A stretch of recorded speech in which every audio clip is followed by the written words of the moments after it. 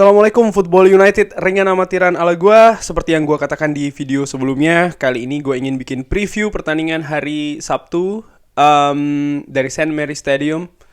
Pertandingan antara tuan rumah Southampton, The Saint Soton menghadapi Manchester United.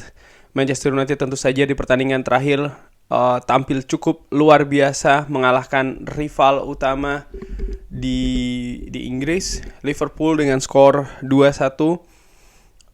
Pertandingan yang sangat menghibur, sangat atraktif. Manchester United memainkan permainan yang sangat berbeda dengan dua pertandingan sebelumnya ketika menghadapi Brighton dan juga menghadapi Brentford, sehingga mereka akhirnya mampu mengalahkan Liverpool yang selama beberapa tahun terakhir ini merupakan salah satu tim yang mendominasi Liga Inggris, tentu saja bersama dengan Manchester City. Nah, bagaimana ketika Manchester United bertandang ke St. Mary Stadium?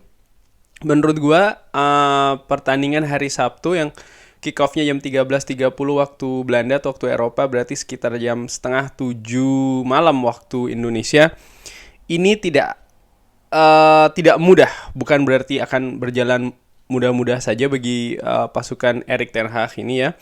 Terutama kalau gue lihat dari 5 pertandingan terakhir, atau paling tidak 4 atau 3 pertandingan terakhir ya, dimana Southampton ini yang terakhir berhasil menang atas Cambridge United itu kalau tidak salah di Carling Cup ya. Di Carabao Cup. Di Carabao Cup mereka menang 3-0 menghadapi Cambridge, tapi yang sebelumnya itu menurut gue juga luar biasa, di mana mereka mengalahkan Leicester dengan skor 1-2. Ini juga menunjukkan mereka ini sudah pelan-pelan bangkit setelah di pertandingan pertama. Bisa dilihat itu mereka kalah 4-1 menghadapi Tottenham Hotspur. Di pertandingan kedua mereka seri 2-2 menghadapi Leeds United, dan di pertandingan ketiga mereka berhasil menang menghadapi tuan rumah Leicester. Yang menarik di 2 pertandingan liga terakhir, yaitu adalah menghadapi Leeds United dan juga menghadapi Leicester, seri dan juga menang ya, mereka itu tertinggal lebih dulu.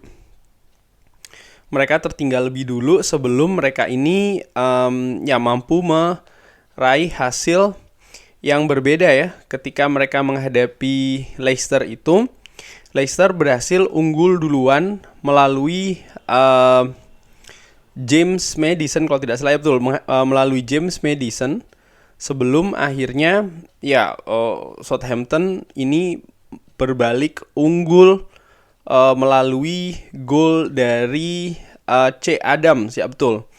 Ketika menghadapi Leeds United itu mereka juga tertinggal 2 gol dulu.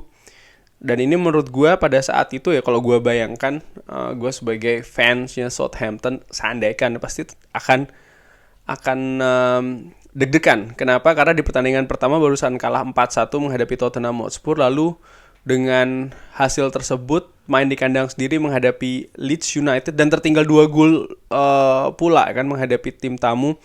Tapi ternyata pasukan dari Ralph Hasenhüttl ini berhasil menyamakan kedudukan 2-2. Jadi menurut gue ini merupakan faktor yang harus diwaspadai juga oleh Manchester United, oleh pasukannya Erik ten Hag. Artinya Southampton ini bukan tim yang mudah untuk menyerah.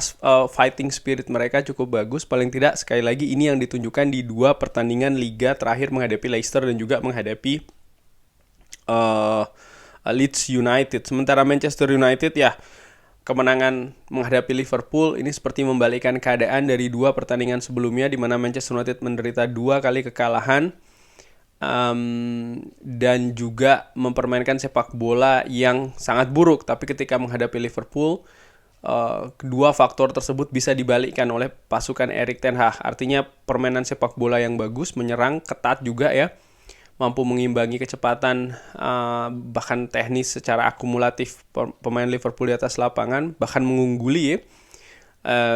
Pun juga hasil dari 2 kali kekalahan akhirnya bisa mengambil kemenangan 3 poin di kandang sendiri, 3 poin pertama untuk musim ini. Nah, faktor lainnya menurut gue yang harus diwaspadai adalah ini akan menjadi partai tandang kedua.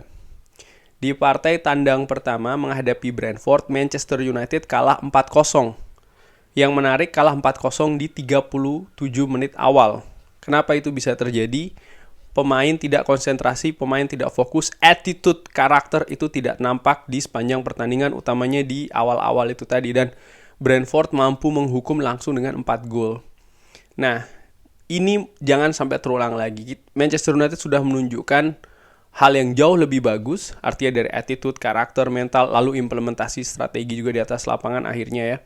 Semoga ini bisa berulang di St. Mary, karena tanpa itu, tanpa mental, karakter, dan juga attitude yang bagus, maka ya kita akan kembali lagi ke 2 pertandingan awal. Dan gue tidak ingin melihat itu. Teman-teman Sobat Football United juga pastinya tidak ingin melihat hal tersebut.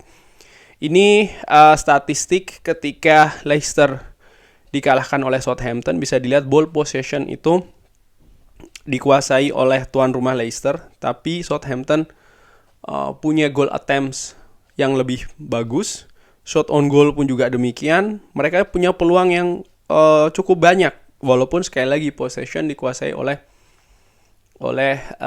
Leicester. Ini berarti ringan amatiran pemain Manchester United harus bisa melakukan transisi yang baik, yang rapi, terutama dari menyerang ke bertahan. Karena kalau tidak, ketika mereka kehilangan bola, Southampton punya kekuatan untuk menghukum para pemain Manchester United kalau lengah. Ini merupakan formasi yang digunakan oleh Hasenhuttl ketika menghadapi Leicester. Mereka menggunakan formasi 4-2-3-1, sementara Leicester ini 4-1-4-1. Nah, ini adalah C. Adams, menurut gue pemain yang harus diwaspadai oleh Manchester United, utamanya lini belakang. Kenapa?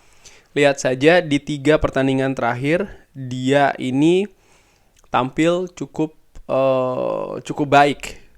Ketika menghadapi Leeds United, dia tampil 90 menit. Memang tidak ada kontribusi gol secara langsung, tapi penampilannya cukup baik pada saat itu. Ketika menghadapi Leicester, 2 gol diciptakan, dan ketika menghadapi Cambridge pun juga 2 gol diciptakan. Artinya pemain ini sedang on fire, jadi harus diwaspadai.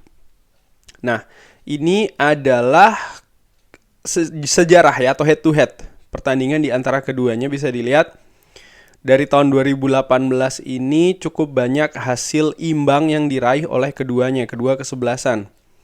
Musim lalu pertandingan berakhir dengan 1-1. Musim sebelumnya Manchester United berhasil menang dengan 2-3 di kandang Southampton. Ini yang gue lihat di pertandingan tandang ya. Tentu saja ketika bermain di Old Trafford ada satu hasil yang cukup mencolok, yaitu adalah ketika Manchester United menang dengan skor 9-0. Tapi sekali lagi yang gue lihat adalah rekor partai tandangnya. Ini cukup St. Mary ini bukan stadion yang bersahabat. Bahkan ketika kita menang 2-3 itu, gue masih ingat kita sempat ketinggalan duluan. Kalau tidak salah ketinggalan 2-0 dulu kalau gue nggak salah, sebelum akhirnya Edinson Cavani masuk dan membalikkan keadaan.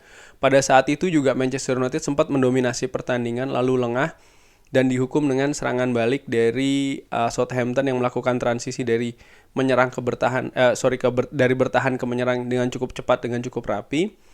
Bola-bola mati juga tentu saja merupakan senjata dari Southampton sampai dengan nanti ya. Ward-Prowse ini menurut gue sangat-sangat berbahaya bola-bola matinya, baik itu bola-bola mati langsung, artinya kayak tendangan bebas ya kan, maupun tendangan-tendangan dari penjuru. Ini akan jadi tantangan bagi lini belakang Manchester United untuk tetap bisa fokus dan konsentrasi, karena gol-gol seperti itu juga yang diderita oleh Manchester United ketika tandang menghadapi Brentford. Jadi sekali lagi harus fokus, harus rapat, harus disiplin. Dan ini sebenarnya sudah ditunjukkan ketika Manchester United berhasil menang menghadapi Liverpool. Bukan sesuatu yang baru kalau seandainya Manchester United harus menampilkan permainan yang demikian, karena ya seperti gue katakan, standarnya itu sudah ada ketika kita bermain menghadapi Liverpool, tinggal diteruskan saja. Nah, dari papan klasemen bisa dilihat Southampton saat ini memang berada di atas dari Manchester United, selisih cuma 1 poin. Mencetak gol 5, kebobolan 7, sama-sama kebobolan 7 ya. Manchester United mencetak gol 3. Gol juga menurut gua ini juga faktor yang Manchester United harus perbaiki. Memang Manchester United berhasil mencetak 2 gol ketika menghadapi Liverpool. Sekalipun juga menurut gua ada beberapa faktor di sana, utamanya ketika menyerang yang harus bisa diperbaiki lagi, karena ada beberapa momentum kalau pemain Manchester United pada saat itu tidak salah keputusan, ya kan, lebih tenang lagi, tidak terburu-buru, akan bisa jadi peluang yang berbahaya, tapi sayangnya itu tidak terjadi. Ini menurut gue harus jadi catatan bagi pasukan Erik ten Hag. Kenapa? Di 2 pertandingan sebelumnya ketika menghadapi Brighton dan juga Brentford, departemen penyerangan lini depan dari Manchester United ini tampil tidak tajam kalau menurut gue ya. Peluang tidak banyak, bahkan gol ketika menghadapi Brighton itu kan gol bunuh diri. Ada beberapa peluang yang tidak bisa dimanfaatkan. 2 dari Marcus Rashford seingat gue. Dan ketika kemarin menghadapi Liverpool, ya memang tampil cukup bagus Marcus Rashford, ya kan, gol dari Jadon Sancho pun juga bagus. Tapi gue melihat ada beberapa momentum, ada beberapa kejadian yang ya mereka harus lebih tenang lagi, dan ini harus bisa jadi pembelajaran ketika tandang menghadapi Southampton nantinya. Langsung aja soal formasi, gue perkirakan Manchester United akan turun dengan formasi sama ya, 4-2-3-1. Ini gue perkirakan seperti biasa, gue bagi 2 ya, perkirakan dan juga pengharapan. Perkiraan gue 4-2-3-1, Dalot, Varane, Martinez, Malacia, McTominay, Eriksen, Sancho, Fernandes, Rashford, dan gue perkirakan Erik ten Hag akan menurunkan Cristiano Ronaldo kali ini di depan setelah sebelumnya mencadangkannya dan hanya memberi menit bermain sekitar 5 atau 7 menit saja. Tapi pada saat itu Erik ten Hag mengatakan ini disesuaikan dengan strategi. Tentu saja dengan menghadapi tim yang berbeda, peluang Cristiano Ronaldo untuk diturunkan dari menit awal ini menurut gue cukup besar. Dan itu yang gue perkirakan Erik ten Hag akan lakukan. Nah, langsung aja bagaimana yang gue harapkan. Yang gue harapkan Manchester United turun dengan 4-3-3. Kenapa menurut gue? Karena ada hal yang menarik di sana, yaitu lini belakang tetap sama ya, Dalot, Malacia, Varane, Martinez. Lini tengah McTominay, Fernandes, dan Eriksen ini bisa ditampilkan secara bersama dengan nantinya McTominay akan memainkan peran sebagai gelandang bertahan. Gua tahu ada Casemiro di sana, tapi apakah Casemiro akan langsung diturunkan dari awal ini masih tanda tanya. Bisa saja diturunkan dari awal ataupun juga di babak kedua ya, artinya setelah pertandingan berjalan, yang menurut gue lebih masuk akal. Kenapa? Untuk memberikan adaptasi kepada sang pemain, walaupun Erik ten Hag bukan tidak mungkin akan menurunkan dari awal juga ya, melihat apa yang dilakukan dengan Lisandro Martinez contohnya, ataupun juga dengan Christian Eriksen yang tidak utuh mengikuti pre-season tapi juga diberikan menit bermain, terutamanya Martinez ya dari awal ketika menghadapi Brighton. Cuman feeling gue sih akan dimainkan di babak kedua. Nah, yang menarik adalah trio lini depan ini, Sancho, Martial, dan Rashford. Gue pikir 3 pemain ini ketika diturunkan bersama dengan Bruno Fernandes ya, Bro Samara, di pre-season mereka bermain cukup bagus, dan sampai dengan saat ini mereka belum bisa atau belum pernah turun bersama dari awal. Disinggung di salah satu wawancara, gue lupa dengan Sky Sports kalau tidak salah, atau dengan Sky Sport kalau nggak salah, atau Gary Neville dengan Erik ten Hag, gue lupa. Yang jelas disinggung memang salah satu perubahan kenapa Manchester United ini tidak bisa main dengan atau permainannya tidak sama ketika di pre-season adalah penyerang terbaiknya dalam hal ini adalah Martial di pre-season ya kan, itu belum bisa turun di liga, dan gue menantikan formasi atau formula yang sama di pre-season turun juga di liga, artinya untuk departemen penyerangan, artinya Anthony Martial main dari awal. Oleh karena itulah gue harapkan sih sebenarnya ya inilah dia yang akan diturunkan oleh Erik ten Hag. Untuk skor gue prediksi walaupun akan alot pertandingan seperti biasa di St. Mary, gue harapkan dengan momentum yang sedang positif di Manchester United, kemenangan menghadapi Liverpool, lalu juga kedatangan Casemiro, ini bisa menggenjot spirit dan juga mental karakter dari para pemain, sehingga bisa menerus dari kemarin yang ketika menghadapi Liverpool bisa dihadirkan ketika menghadapi Southampton, dan kalau itu ada maka taktik strategi Erik ten Hag akan bisa berjalan dengan lebih cair, lebih lancar. Gue prediksi Manchester United bisa menang dengan skor 2-0. Sekian dulu, bagaimana menurut teman-teman? Perakiraan formasi, pengharapan formasi seperti apa? Perkiraan hasil? Drop di kolom komen. Terima kasih sudah menyaksikan. Jangan lupa like, sholat, dan juga subscribe. Wassalamualaikum warahmatullahi wabarakatuh.